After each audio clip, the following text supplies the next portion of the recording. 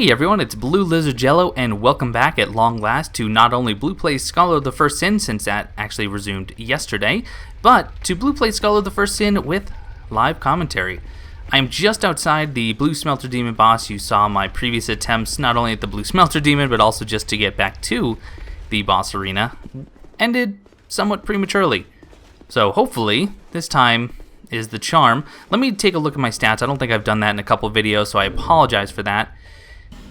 We are looking at soul level 120. There's my stats. If you want to take a look at those a little bit further, just go ahead and pause the video. And as for equipment, the Zweihander plus 10. I know there's been some debate on how that's pronounced. I'm going to continue the Zweihander, but please pronounce it however you see fit. Dragon Rider Great Shield, typical rings, Ring of Blades, Chloranthy, Ring of Steel Protection, Royal Soldier's Ring. I've not put on the Ring of Magical Protection or the Spell Protection Ring. If I continue to fail, I might end up doing that. We have the Drake Blood Leggings, Dark Gauntlets, Alon Knight Armor, Alon Knight Helm, and here's our accoutrement for the fight. I am switching to Charcoal Pine Resin. I was using the Aromatic Ooze, but as was pointed out to me in the last video, he is highly resistant to magic, which makes complete sense, but he is weak to fire, unlike his fiery counterpart in Iron Keep. So, I'm going to use a Bright Bug. I might use a Dried Root, who knows, just because they're there. I am running low on life gems. You can see I'm out of normal ones. All I have are Radiance and Old Radiance. I do have an Elizabeth Mushroom. I'm going to try to hold on to that, but anyway, I think it's time. I think it's time we take this guy out. Please. Oh, please. In fact, you know what? Let's Bright Bug it and Dried Root right away. Because, I mean, it's a tiny bit of health regen. And buff. And let's see what kind of damage we can do. Ready, set, go. Boy, this would just be great to, Alright, 462 is solid. Oh, and I can completely block that lunge attack, or that stab attack. Ooh. And actually, even the downward thrust, which is good. Oh, he's gonna get out of there. Phew, I totally forgot that he actually does the explosion right away. Oh, the delay. There we go. Good damage, good damage. Alright, I need to... Uh-oh. Come on. Give me an opportunity to heal. That was bad, that was bad. Oh, that was terrible. Oh, that was bad. And now we are back to post-commentary. Why are we back with post-commentary, you ask? That's a good question. And the reason is because Audacity, the free program that I use to record my audio, has encountered a strange issue where at certain times it will actually stop recording the audio, even though it will continue to go down the audio track as if it's recording. And it won't give me any sort of error message. It simply will not have audio when I go to edit the file. I think I have the issue narrowed down, and I think I can keep it from replicating. Fingers crossed. So there will be some post-commentary later on when I'm fighting the Fume Knight, but until then, you get to listen to my afterthoughts. So I guess I want to talk a little bit about heavy build users, and I already put a comment on Facebook today, and I hope some of you get a chance to see that. I have a brand new, incredible amount of respect for those of you who are heavy armor wearing, ultra greatsword, or even greatsword wielding shield users. This build, I used to honestly mock this build, and a few friends of mine that have played this game have used sword and board with this type of variety before, and I've always said that this is not the skillful way to play. This is how you turtle, this is how you hide behind a shield, whereas dexterity builds and rolling are the true skill-based forms of playing this game. And frankly, I'm not going to say one is more difficult than the other, but at this point I can easily say that this build is entirely viable, but it's also incredibly technical. The amount of stamina management that you need to maintain, and the stamina discipline, I'll call it, that you have to know when to dodge, when to block, whether it's better to block or to actually take a hit as far as going into negative stamina is concerned, it's very, very difficult. And I learned that fighting this boss as well as the Fume Knight later on. All in all, I think it was somewhere around 50 attempts between these two bosses. for me to get them both down. And at the end, I find that this content, these two bosses alone with this type of build, is actually the most challenging content I have personally ever faced in a Souls game. So kudos to all of you who play with these builds all the time, because the technique that you have to employ is staggering. So very well done. This is my successful attempt, so spoiler alert, I do actually get the Blue Smelter Demon down in this attempt. There are a few mistakes made. You can see that I switched over to the Rebel's Great Shield for the third phase, so I can mostly block the damage as long as I'm actually blocking. You can see there just a little bit of chip damage thanks to the 90% magical reduction with this Great Shield. So if you are having issues and you want to use a shield, I highly recommend the Rebel's Great Shield.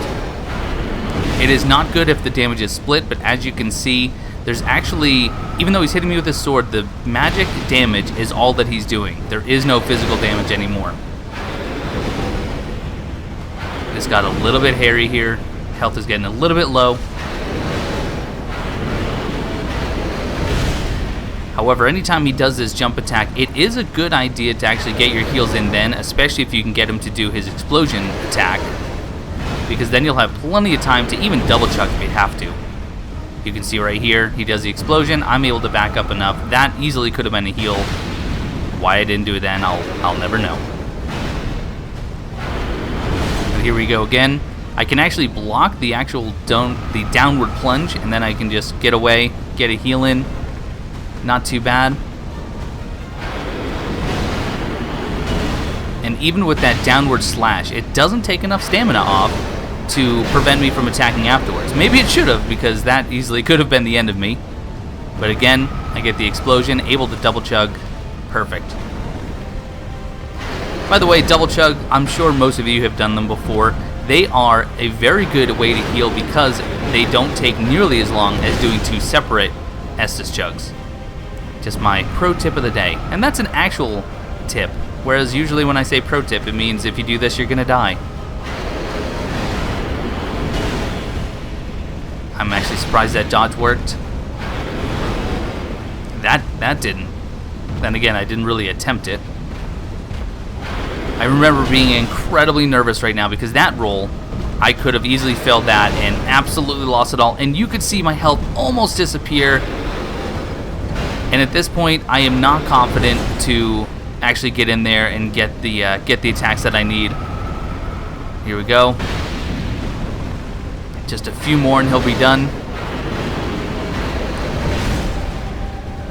Back up just a little bit. I also don't have any life gems, so I couldn't just top off with a life gem. I'm out of Estus. I didn't want to use my last Divine Blessing. It is just, it's so close. 1, 2, and the Blue Smelter Demon is down. And again, some of the most challenging content I've ever experienced was right there. So again, so much respect for this type of build. I'm glad that I'm challenging myself, and I'm gonna extend that to everyone else. Try a build you're not comfortable with. Get out of your comfort zone. Whether you normally use this build, or you're normally a caster, you're normally a Dex agility user, try something different. It'll actually really expand your Dark Souls skill set. And here's the Pharos mask, but let's be honest, this is nothing more than the Giant Dad mask. Pretty hilarious looking. I'm not a Giant Dad build user myself, but I've seen some pretty hilarious videos made with it, so I can definitely see the merit. And there you go. This is where you find it. I was taking a look at the stats because this does bolster your fire defenses, but I'm not actually seeing it at play. So I was taking a look here to see if by putting it on I could actually see it increase in the stats. And I'm going to check a couple other areas, and I don't see it actually increasing any. I'm a bit perplexed by that. So if you guys want to clarify for me whether or not you can see that, or if it's just kind of a hidden effect, you know, please let me know in the comments below, and I can explore that a bit further. But I've heard of some great tactics that you can use that and some other fire defense items to really make the ancient dragon fight a little bit easier. Granted, I typically fight him in between his toes, but I want to try something different on this character. I want to actually fight him, quote unquote, legitimately, without actually just standing in between his toes and, you know, prompting a stomp attack. So with the Blue Smelter Demon down, we're not quite done with the Iron Passage just yet. As I mentioned in the last video, if you can get on the other sides of the gates that have the Flame Salamander statues, there is more loot to get. None of it is worth it, in my opinion. But you're going to have to be the judge of that. I'm going to show you where the loot is and how to get to it with a few different cuts. And there's going to be a couple times where I actually die. I'm not going to say I did them on purpose, but I'm not disappointed in the deaths because it was either going to be dying or it was going to be using a homeward bone. Granted, I have over 80,000 souls at my disposal, and I am going to lose them, but such is life. I decided I wanted to be able to run as fast as possible, roll as far as possible, and also get good stamina regen. So I stripped down, so I was pretty low weight. And what am I doing here? I guess just checking my equip burden, which I could have done from the armor selection screen, so I'm not sure why that is. But anyway, here we go. So we've already gotten the 7 large Titanite shards, so the next thing we're going to do is open this gate, run past all of these Ashen Warriors, avoid the fireballs from the Flame Salamander statue, and hopefully, make it through this first gate. Yes, excellent. Now we have an astrologist over here. We don't have a weapon equipped, so we are going to ignore them for first, or, oh my goodness, words. I'm probably not even going to edit this either because I'm just very tired. So we got some Crimson Waters here. And you have the Fume Sorcerer to deal with, and that Astrologist who just absolutely cannot figure out where to shoot that Great Lightning Spear. But coming back into the room with the Flame Salamander, there is another path, and this second path is going to take us to the next gate that we can open. Instead of doing that, we're going to go over to the left,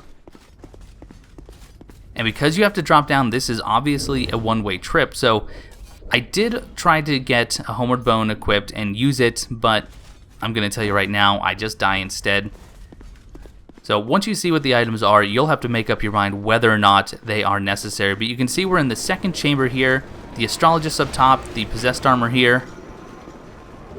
We get a couple of Wilted Dusk Herbs, so if you are looking for some consumables to get some cast back, you can get some here. And then when you drop down again, you're in the final chamber right before the Blue Smelter Demon boss arena. But if you're not killing enemies along the way, you might have been followed by an astrologist just like I was. But anyway, now we are back. We are going through, this is the first gate again. I did re-equip my Zweihander so I could at least deal with the astrologist as I come across them.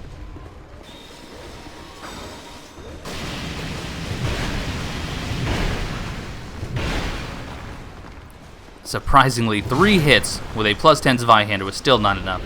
And I actually got the Black Hollow Mage Hood. Not a terribly common drop from them, but a welcome one nonetheless. And here I am just being a little bit confused on what I'm doing. And then I remembered, oh right, I actually wanted to go and open the second gate this time. And when you approach the second lever, you can hear this familiar rumble sound. And that'll tell you that a Fume Sorcerer is nearby. So keep that in mind.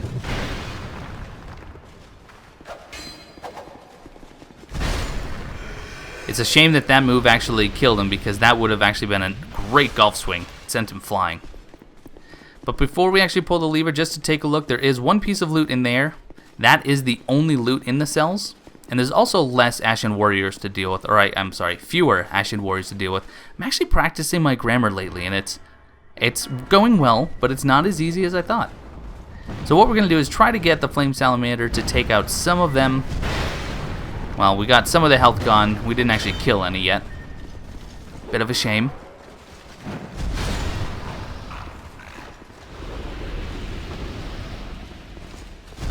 There's the golf swing. Sadly, the follow-up isn't very good because it goes over his corpse. And then we have, I already ran past it, in this cell right here, you can get a Simpleton Spice. So if you're going for a low-level build, but you still want to be able to use spells, pick up all the Skeptics and Simpleton Spice that you can get your hands on. This one's a little bit inconvenient, though. So again, back at the second lever, this time we're going to ignore the cells, ignore the warriors, and get past that second gate.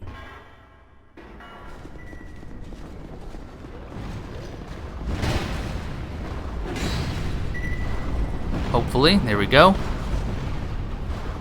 Not too bad. And from here, again, we do have 2 choices. This right here doesn't actually lead to any items. This is just the bridge over that second chamber in the Iron Passage. obviously with the astrologist here. Just felt like taking them out just because they're such royal pains, and the golf swing is really fun. You could hop down there to get the item. That was the wilted dusk herbs right behind the possessed armor, but instead I'm going to go to this other path, drop down.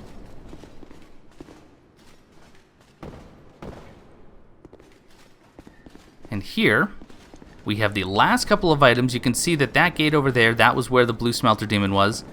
Trying to get the possessed armor to actually shoot, because I thought that would give me a better window to get the items. My goal was not to die. Now, granted, I have already lost my souls at this point because they are sitting on the ground elsewhere.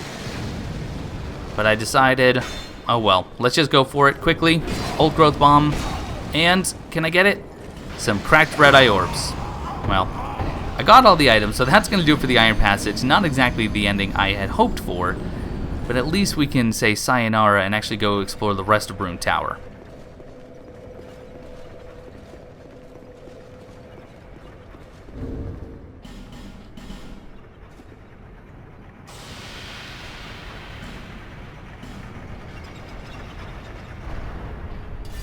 Here I am just re-equipping everything, getting back to normal, covering up those incredibly pale legs of Asmund.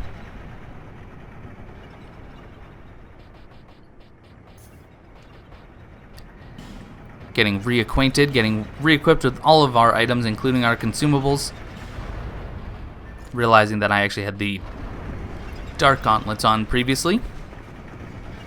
And now it's time. We actually, in order to go down, first we have to go up.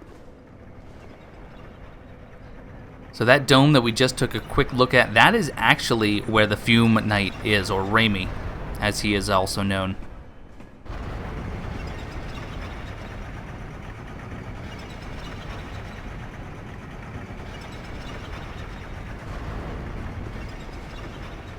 And once up here, I am still a little bit turned around. It has been a long time since I've actually explored this area. But you do have to go back up yet again because you have to run around the outside of this ring in order to get an elevator that'll take you down to the depths of Brume Tower. Obviously that elevator will take us back up to the Foyer. This area right here leads us back outside to where you can pick up the tower key surrounded by the 3 Iron Warriors. And then on the other side, and yes, I could have actually just turned left instead of right getting up the elevator. You can jump on this giant statue, and this will take you down. Now, you can see that there's a path right there. I miss it completely and take incredible amounts of fall damage. I'm not even sure how that happened. But on the way up, it's a little bit easier to get. And in doing so, there's a treasure chest up here that you can only get, by jumping off onto that platform. Not a mimic. My Dragon's Great Shield proves it. Dragon Rider Great Shield, rather. And this is the strength ring, so this will give you +5 strength when you're wielding it. I do like that in the DLC they gave you a few items, including the bombs, which have very limited use, but they also gave you dex rings, they gave you strength rings, and some others that'll actually allow low-level players to have more variety with the weapons they use at the expense of actually taking up a ring slot. So it's a really good pro and con system because as a soul level 1, using a strength ring and a dex ring combined, you get an extra 5 in each of those stats. You now have many, many more options as far as weapons you can use. But you're going to miss out on 2 ring slots, which is pretty rough. So, neat items, but you have to make the decision if the sacrifice is going to be worth it for you. Has a good plunging attack. You can see, obviously, there's a hole in the floor to my right, and straight ahead, there's that oddly colored floor. I'm fairly certain no one has actually fallen for this trick, but it actually can be advantageous to expose the holes because, yes, that floor is going to give away. So if you're careful, you can run just close enough to get it to crumble away and expose the ground below. In this case, we just have another floor that's going to fall apart, so you don't want to fall down there. But in some cases, it is going to give you another view of the enemies below and can give you some opportunities for plunging attacks.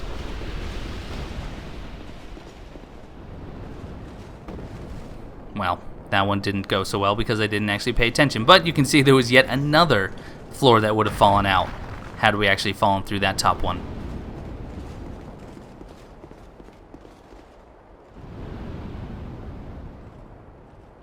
Always good to scout your area before you're actually descending. Want to make sure you know what you're getting yourself into.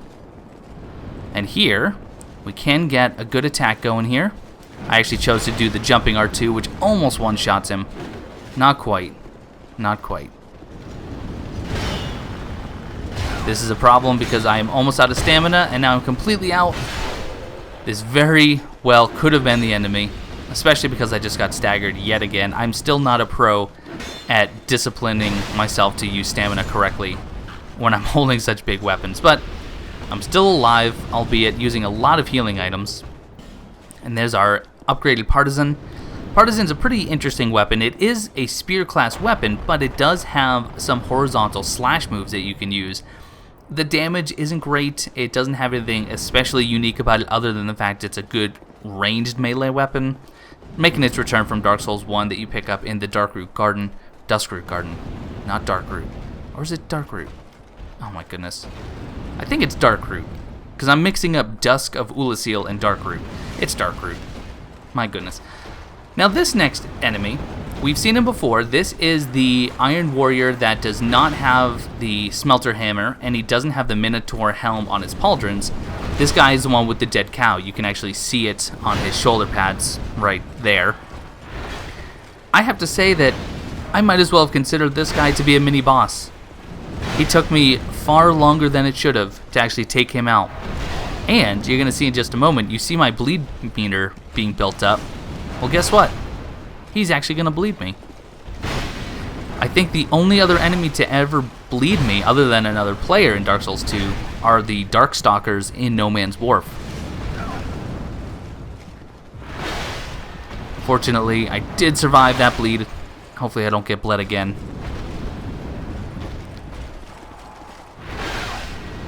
But I'm not doing a great job, especially because he's doing so much stability damage and he's causing a bleed buildup that really blocking his attacks is a poor tactical decision. Much better to dodge even at the risk of losing too much stamina. Well, then again, if you're just going to get hit anyway, you might as well block. Had I not been able to poise through that attack, and I'm not even sure how I did, that would have been the end of me. Ay, caramba.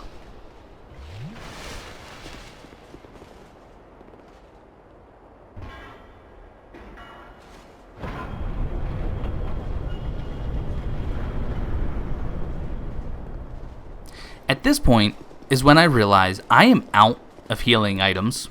I don't have any SS left. I have no life gems to my name. And now I have these enemies, which I know that in previous videos I had said that the ash makes them come back to life, and a lot of you told me no, it just bolsters their defense. That is true for the enemies in the upper Brume Tower with the Nadalia statue nearby. These ones, however, come back to life. You saw that I actually killed that possessed armor. I didn't get any souls, and that's because he was getting right back up. I came over here, I got the sorcery clutch ring. I wanted to get all the items, and I didn't want to have to backtrack through here, so fortunately I was able to pick that up. So if you're a sorcery user, the clutch ring can be very good because it does bolster magic offense in very, very good ways. Very strong ways, I should say. But so long to the majority of Brume Tower. We're now going into the very bottom, right into where all the ash has been collecting and piling up for years.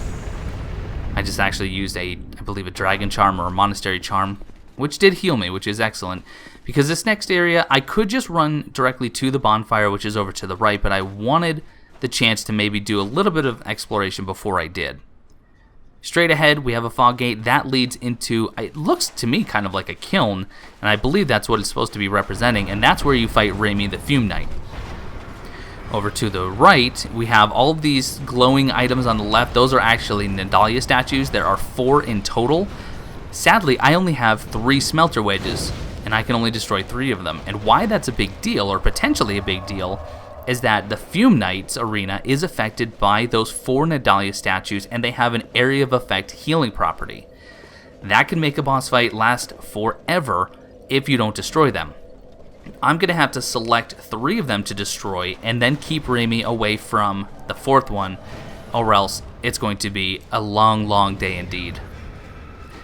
I did summon Ellie for this fight, or actually not for this fight, but just for this area. You can summon Steelheart Ellie. You can also summon Carillion of the Fold. His summon sign would appear at the fog gate right in front of it, if you actually were able to speak to him in No Man's Wharf and get him to move to Majula. If you didn't have the requirements to get him to talk to you, I think it's 10 intelligence, I believe, then unfortunately his summon sign won't appear, so you're not going to see that in my video. But I summoned Ellie because I wanted her to be a distraction for the 2 Iron Warriors that are going to appear, as well as to help deal a little bit of damage. But I'm going to use her to take care of the Iron Warriors with me. I'm going to get rid of 3 out of the 4 Nadalia statues, and then I'm going to send her away because I don't want the boss's health to, I believe, double just because she's in the arena, especially with the small amounts of damage she's going to be able to provide. There's 2 Nadalia statues down. Here's our 2nd Iron Warrior. With these Iron Warriors, if you time your attack right, you can get some damage on them before they're actually fully stood up and prepared to attack. If you attack too early, then unfortunately you're going to go right through them, and you're probably going to be left open for an attack yourself once they stand up. I try not to think of what I'm actually doing when I'm running through these Ashen corpses. But, I mean, that's exactly what I'm doing, just to look for spare items. If you cannot get rid of all of the statues, I recommend getting rid of the ones furthest in the back. As many as you can. The ones closer to the fog gate tend to be, in my opinion, easier to avoid.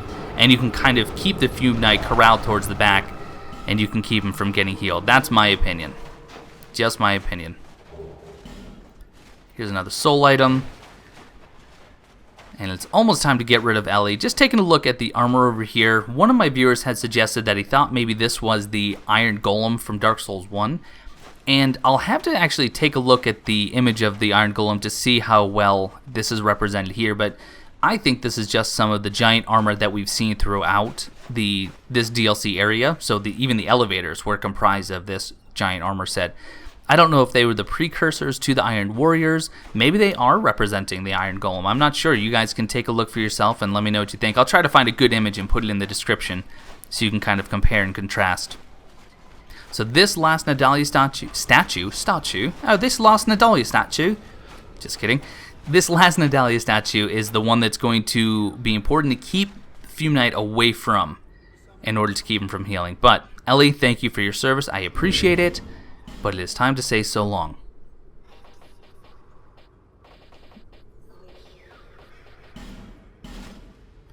Always feel a little bit guilty because you know they want to stay for the boss.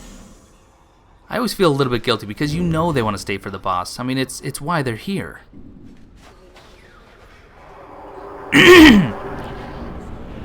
And here we go. So once you're in the arena, many of you probably already know this, the boss fight doesn't start right away. You have to take a few steps forward. You can see the area of effect from the Nadalia statue's healing.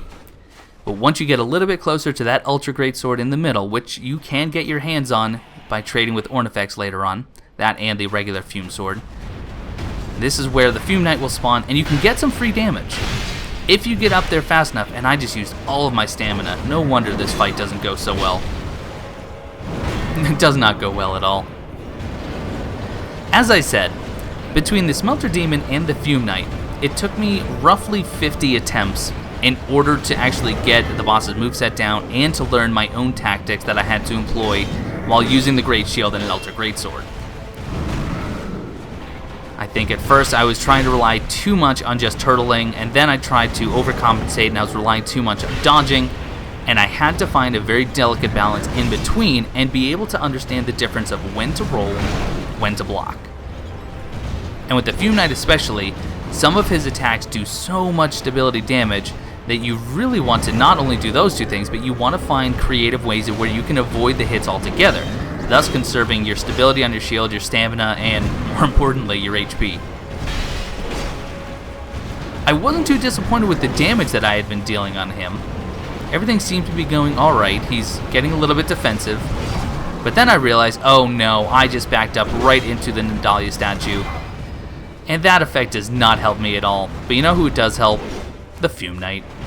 and he is now back at 100% HP, which is quite the shame. I think at this point my play became even sloppier because I was so distraught with what had just taken place. But I was still going to give it a go, or at least I thought so. There's one hit. There's two hits. Very little HP left. Can I get up and heal? No. No, I can't. Instead, I go in for an attack. I don't know what I was thinking, but good news. The next clip you're going to be listening to will be live commentary. I'll see you then. Okay. Hopefully back on live commentary, if Audacity decides to work. So, you just saw that I buffed with charcoal pine resin, which might be a questionable tactic because he's the Fume Knight. He is highly resistant to flame, but it's the only resin I have that he's not immune to. The only other one I have is the rotten pine resin, and he's resistant to flame, but he is not immune to it. So in other words, it is going to do extra damage to him, even if it's a piddly amount. Oof. Not starting out strong here, that's for sure.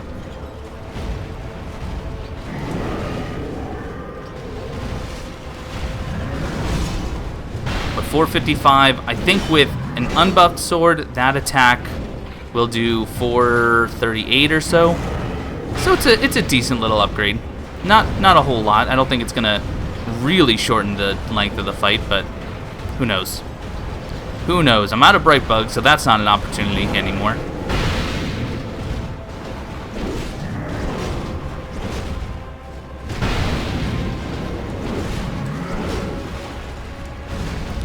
Okay, had to get out of there, get out of dodge, or else I wasn't gonna have the stamina to actually block his attacks. Can't see. Oh, I actually walked into the beginning of the attack. I don't know if I've ever done that before.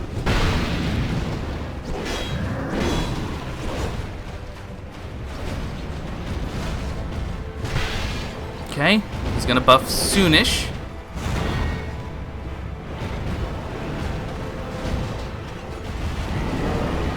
Okay, he's at about half. Oh, I thought he was buffing, so I went for the free hit. Oh, and now he is.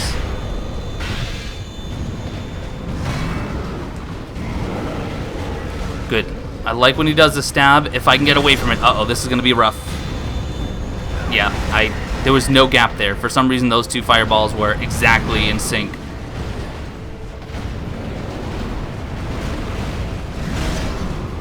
Give me something, pal. I need to heal. That has quite the range on it, but I was able to avoid it. Oh, that has more than 180 degrees, so that's a problem. Back up. Find a gap, please. Nope. I need to go to the right. I always go to the left. I go with the blades, or with the orbs, instead of against them, which is silly. That's poor tactic on my part. It's not even a tactic, it's a flaw. Okay, life gem. Oh, not too far. There we go.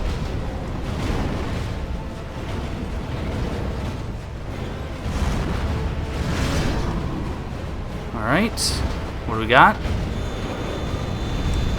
Oh, didn't get the roll off in time. Stab. Should be able to get a life gem. Oh, good. Back up, back up. There we go. Good. Found the gap. I still went to the left like a fruitcake, but I found it. Back up. Might do his lunge attack, which is typically easy to avoid. Nope, you're gonna do this. Oh, you followed it up. You did a double follow-up. That's brand new to me. Oh. Careful.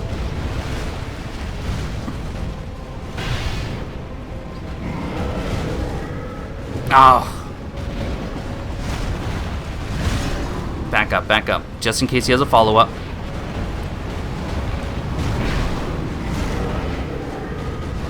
I gotta remember that move. Oh, I wasn't sure if I was gonna be out of range.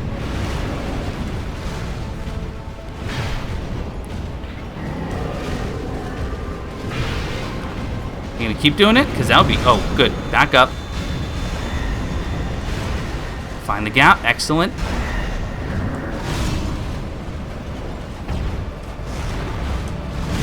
Okay. Just play it safe. Play it safe. Chip away.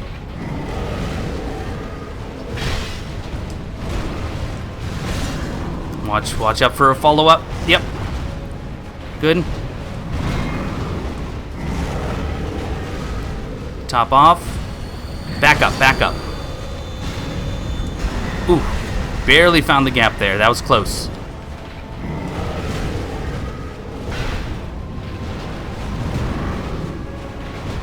Back up.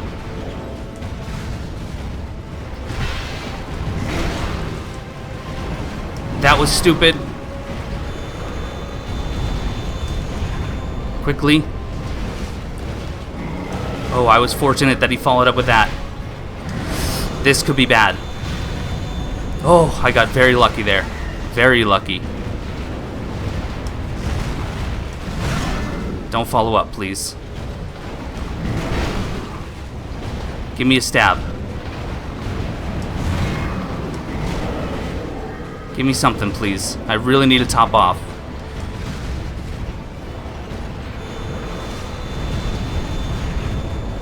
And the finish. Oh boy. The Fume Knight with a heavy build with an ultra great sword just might be the most difficult fight I've ever had in Dark Souls. Dark Souls 1, Dark Souls 2, Bloodborne, Demon Souls, you name it.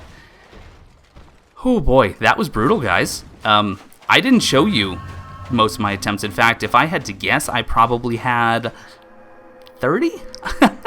I can beat him pretty easily with a light build, but with a heavy build like this, that took a lot of practice. So kudos to all of you heavy build users. You have my utmost respect right now. Crown of the Old Iron King. Let's go ahead and put it on because we earned it. We earned it. So guys, that's actually going to wrap up this episode. I know that there's quite a bit more in the Crown of the Old Iron King areas that I haven't actually explored. We have the entire memory of Sir Alan, as well as a few secrets. I'm going to revisit those in the Memories episode that I'll do after we've gotten the Ashen Mist Heart. So, thank you guys so much for watching, and I will see you next time.